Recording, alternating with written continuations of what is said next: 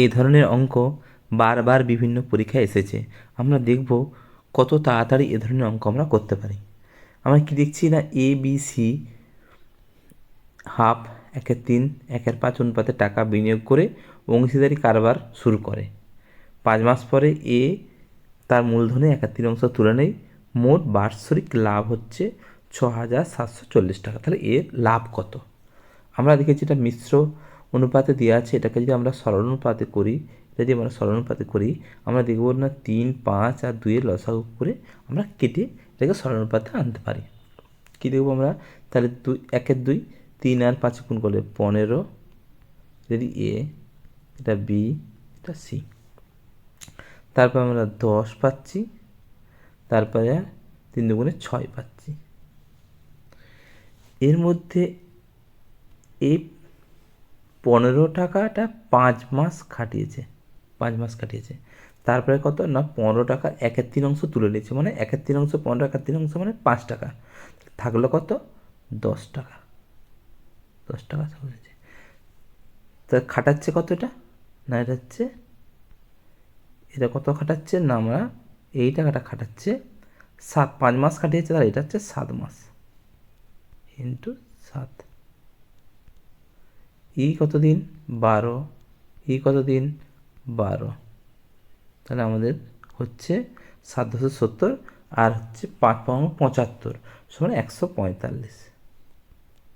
145, 12×10 120 আর 6×72। এই তাদের হচ্ছে না বিনিয়োগের অনুপাত। এটা টাকা বিনিয়োগ করেছিল, এই অনুপাতে টাকা বিনিয়োগ করেছিল। তাহলে এটা আমরা যোগ করতে পারি। এটা যদি যোগ করে দিই অনুপাত না ছোটো করে, আমাদের কত হচ্ছে না 337, 137। তাহলে এই 137-এর ভ্যালু কত দিয়েছে না এই টাকাটা, এটা দিয়েছে, এটা দিয়েছে। আর কাজটাকে চেঞ্জ করি, তাহলে আমার বার করতে হবে এর লভ্যাংশ কত আছে। আমরা কী লিখবো না, এই টাকাটা লিখবো এখানে 6,740 ইন্টু এ কত পাচ্ছে না, এ পাচ্ছে আমার 145। আচ্ছা 145টা আমি এদিকে লিখছি, 145, 45,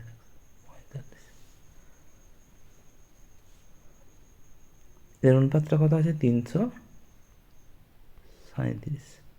এবারে কাটি, এটা আমার পাচ্ছে 20, অর্থাৎ 145 গুণিত 20। এটা আমরা গুণ করলে কোনটা পাচ্ছি? 145 মানে 190, 290। 290 কোনটা না এটা 290, তার সঙ্গে একটা শূন্য, মানে অপশান এ। বুঝা গেল? আমরা একটু ঠান্ডা মাথায় অঙ্কটা দেখে করলে অবশ্যই ভালো করে বুঝতে পারবো।